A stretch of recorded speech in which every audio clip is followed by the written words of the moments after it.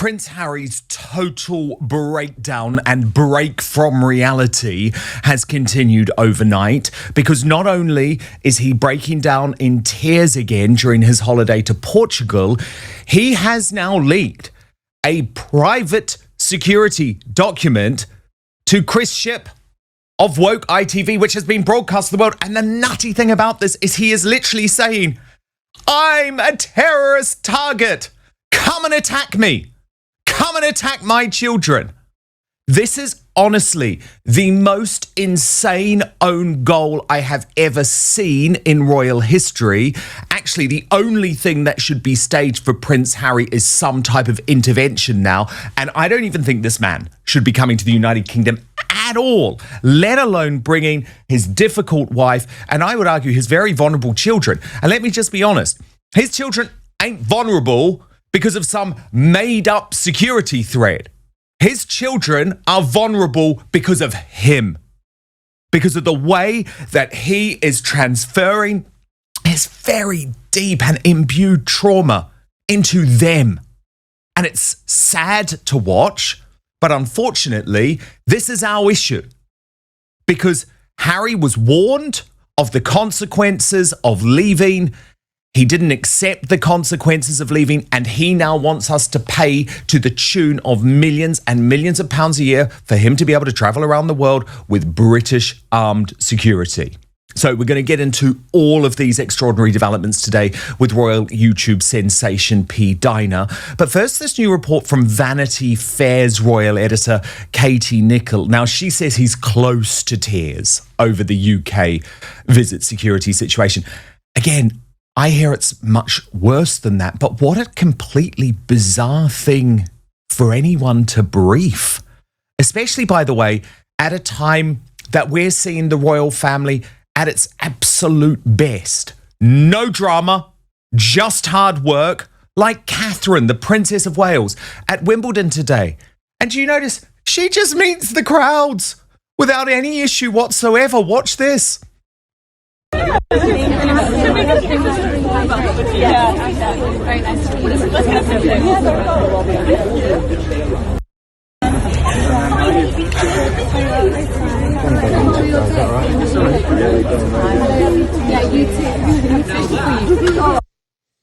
And Prince William and King Charles at the Order of the Thistle in Edinburgh, where they also privately dined as a royal family. And let's just say there is much to talk about, including this report from Katie Nicholl, briefed by Montecito, revealing that Harry, despite all of this, despite the fact that he thinks there is a genuine terrorist threat on their life, he's still intending to bring his family to the UK next week.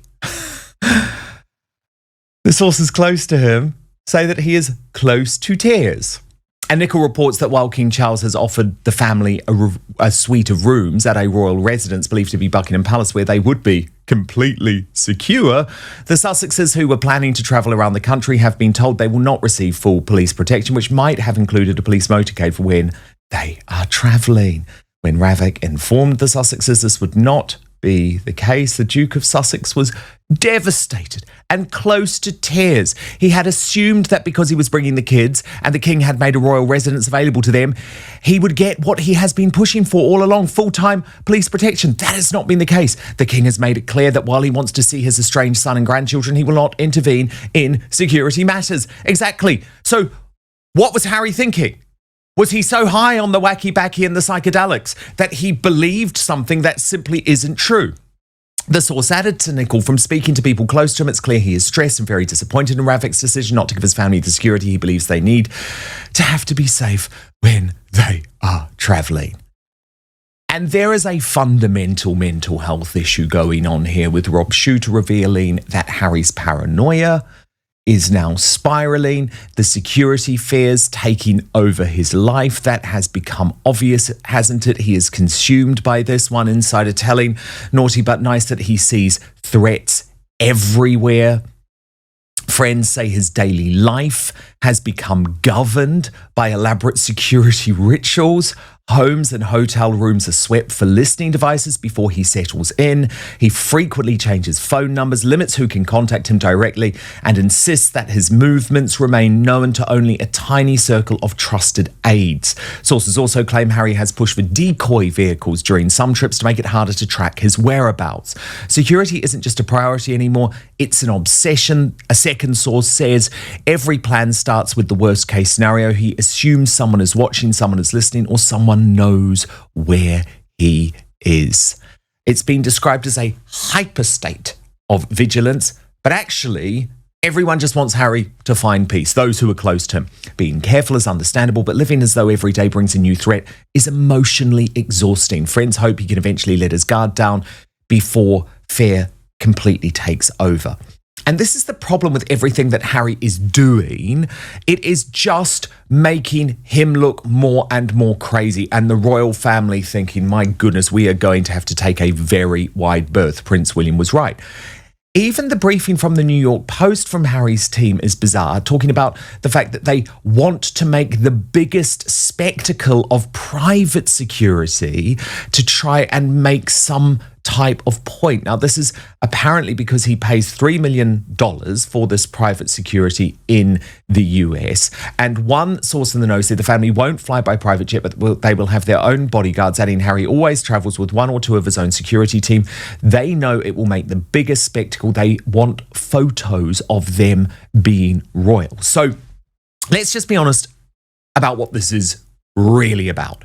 Harry and Meghan intended to use this trip with the spectacle of private security to browbeat the king, to overrule his government, something that would have caused a constitutional crisis, in order for his security to be funded by the British taxpayer forevermore, because quite frankly, his career disasters and Meghan Markle's career disasters mean they cannot afford the $3 million price tag.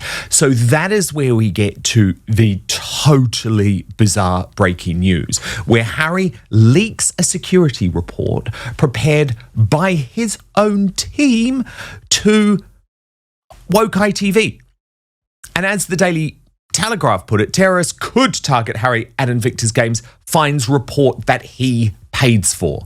Now, I don't think it's true anyway. I believe that Meghan's real fear is that no one will turn up or she will be booed, and we will get to that shortly. But I just want to show you the sort of hysteria in the mainstream media about this report, with Good Morning Britain on woke ITV breathlessly revealing this morning, just days before Prince Harry is expected to return to the UK, ITV News has seen a confidential security report claiming the Duke faces 6 terrorist threats, 5 of which allegedly originate in Britain. Allegedly is doing a lot of hard lifting there, given this report was prepared by his own private security firm that he pays $3 million a year.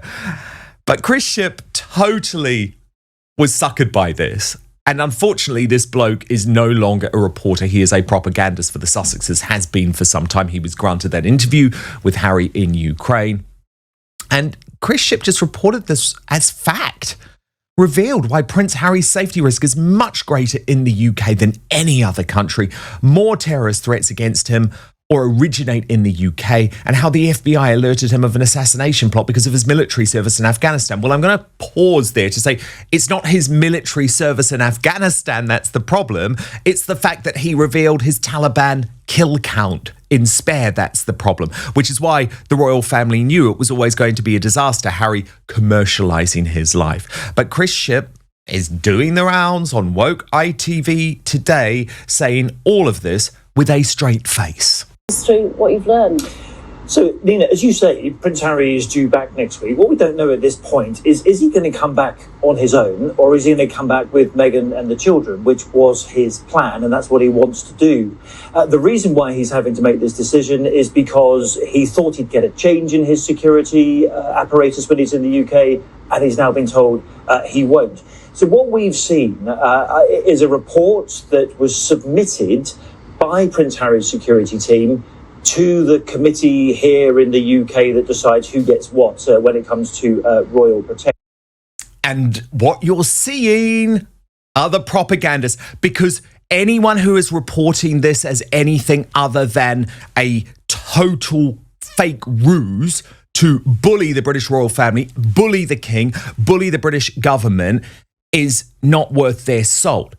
And totally following up on this was Cameron Walker. Now, I've told you about this guy. He is the GB News royal correspondent, but he's BFFs with Omid Scobie. He's like the new Omid Scobie. Look at his reporting here. Cameron, it sounds worrying. Yeah, this report, first reported by ITV and confirmed by GB News this morning, does claim from Prince Harry's security team, but there are 6, as you say, terror threats against Harry and his family, Meghan and the 2 children, most of which are in the UK. A mixture of jihadist terrorist plots and some right-wing extremists as well. It all sounds very scary on the surface, doesn't it? But you have to kind of also, I think, look at the context here. Harry genuinely believes that his life is under threat and therefore he should have some kind of police protection while he is in the UK. As things stand, what he gets is a phone number for a police liaison officer. Now, that's clearly many more digits than 999 if someone was running at him with a knife, for example. Oh, it's just ludicrous. Like, Harry gets what anyone else who's high profile gets. And if there is a specific threat, he will get protection. There are good people who are calling out this nonsense. Richard Enan, I'll give him credit for this, replying directly to Chris Shipp. If this is the case, wouldn't it have been wise for Harry not to have boasted in his memoirs about how many Afghans he had killed? Or Toure Bakahai on X writing, so dumb, unemployed Prince Harry gets a garbage security report written for him, prepared for the Prince in February, and Chris Shipp publicises it. Like Dumbo is an important world leader. What an absolute farce. But I also think, according to Taz, makes a very fair point by talking about the fact that given Harry really does seem to believe this, the fact that he would still put his children in the firing line of what is just an inevitable terror attack shows how twisted he really is. She wrote, okay, hear me out. Let's just say that Harry's latest threat level report, which was pulled together by his own American security team, not suspicious at all, is true.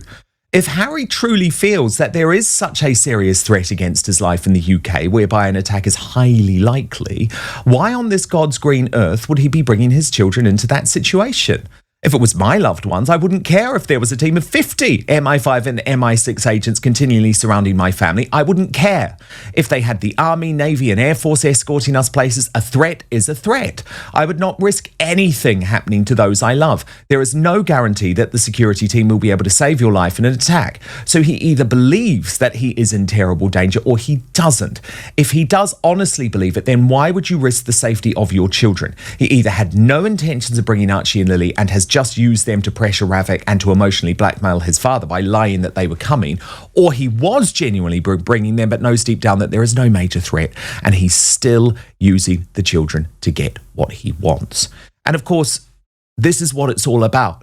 Harry getting what he wants at any cost. I personally don't believe that he does think there is a genuine threat to his life, but he knows that he has a very small window before Prince William takes the throne. Obviously, we hope that's going to be a long time in the future and that King Charles is fine, but he knows he has this small window because once he gets granted the security, I know how this works, okay? I know how this works with former prime ministers. I've spoken to them about it. You pretty much get it for life. Once you have it, it's very difficult to take it away.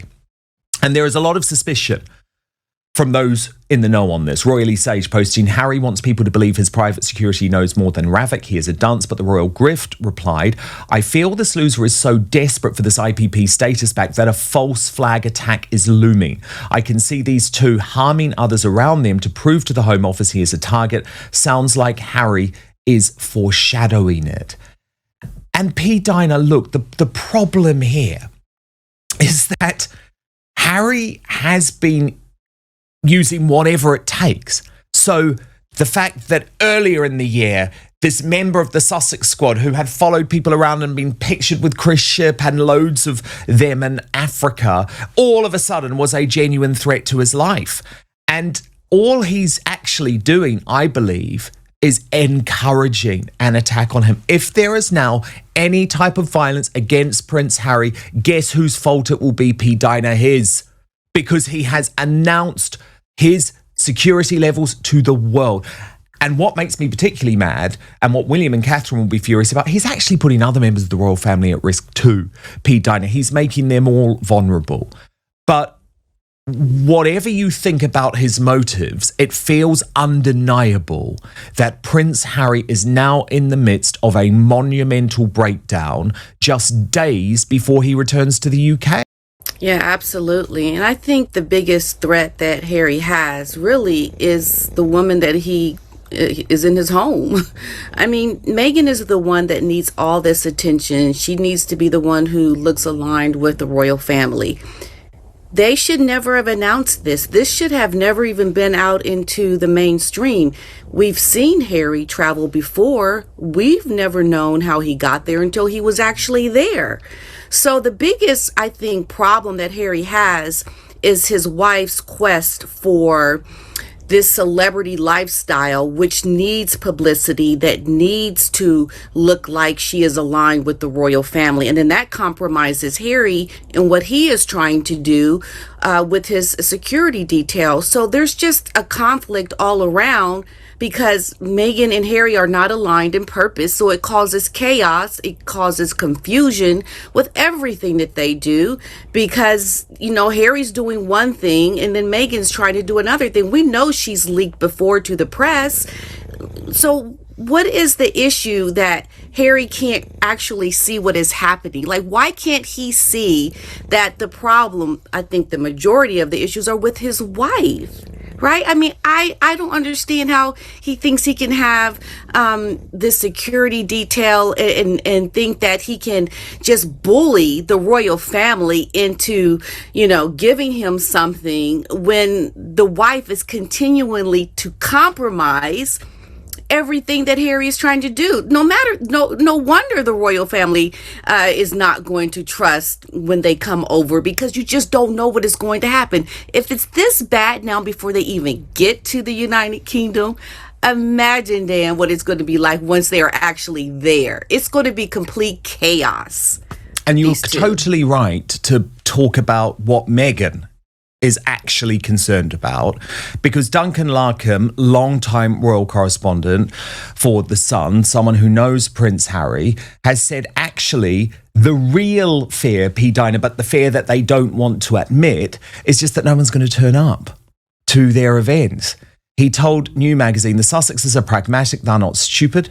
I think their biggest fear won't be them being booed at by the crowds. It's them not having any crowds and being ignored, not drawing people to whatever they're doing publicly. That's what they'll be really frightened of. And it's entirely plausible too if you take a look at the opinion polls. They'll put on a brave face and won't let their fears show, but there's no doubt they'll be secretly anxious about how things are going to go. Meghan hasn't been here for a long time, and if anything, many people's feelings towards her have only grown stronger during that time, so it's bound to be a concern. But Meghan is very good at appearing calm and confident on the outside, regardless of how she might be feeling. And P. Diner, when you think about this, I actually believe that is true. That is what Meghan is concerned about, because she had absolutely no problem, P. Diner, traveling to Chicago on her own, going to Colombia, going to Nigeria. I think Meghan knows there's absolutely no genuine threat here, but she doesn't want to be embarrassed, so it's much better playing into Harry's paranoia. And this is something that we've seen throughout their relationship. You know, we saw in the Netflix documentary the way that she makes Harry even more scared than he already is about paparazzis following him, for example, when she used to call the paps. You know, she's the queen of calling the paps. And she plays into it. Oh, Harry, they're going to get me. They're going to get me. And then, you know, she needs the publicity at one side, but then she acts like she's afraid of them. You know, the other times it's complete confusion with her. I think Meghan is Harry's biggest threat. That's what I believe. I think that she is never going to be in a position that is going to bring Harry the calm and the, you know, easy living type life that he, I think, really, really wants, because she wants the complete opposite of that. And she plays into these things to, I think, also, yes, to make Harry feel even more paranoid, because she has to be the victim. She has to be the one that gets what she wants. And I think this whole security role, everything is around Meghan and her ego and wanting to get what the other senior royals get. She just wants to feel like she's still aligned with real royalty, because she needs it now more than ever. And so that's why they're playing into this big security thing, because it's really about the optics and their ego. And, if they really wanted this kind of security, or if they had these real issues around their lives, why not downsize? Why try to live this overly exorbitant, like, multi-millionaire lifestyle when you don't even have the funds to even fund something like that?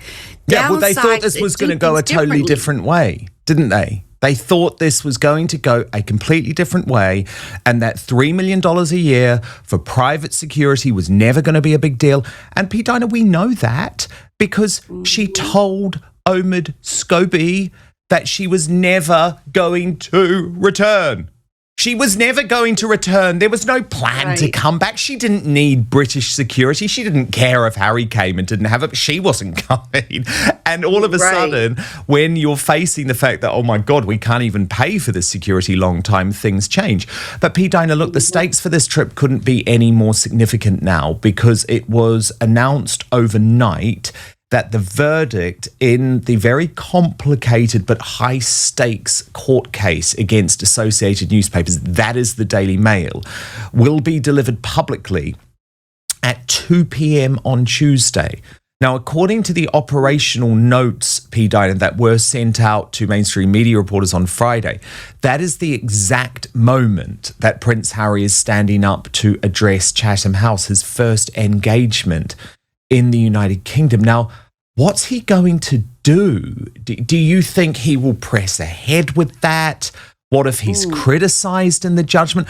I guess if he wins, does he want to have his moment, on the steps of the High Court? He doesn't need to have that moment, because actually the judgment, P. Diner, is just going to be released, on paper. It's not like it's read out in court or anything like that. But the choreography around this is going to be very interesting. I know there's lots of people who are suspicious. Why are they announcing it when they knew Harry was in town? But I'm not sure he's going to get the verdict he wants here.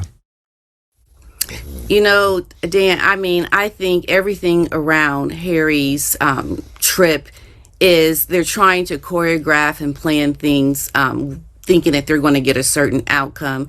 And I think at this point, it's just really proving one thing, that Harry really, truly is not on the inside anymore. So it's really hard to tell. I at this point, I don't know. I thought one thing earlier this week around everything with their security is completely changed when, Harry and them came out with announcements about the children. I just think it's a sign of the times with them and, their team. They just don't know a lot. And I think they just kind of take risks and see what's going to happen, because I think that's what you do when you don't really have a grasp on anything anymore, because you're on the outside. You're no longer on the inside. So it's hard to tell. Yeah, and what's so, of course, twisted about this, though, is that he's making it all about him.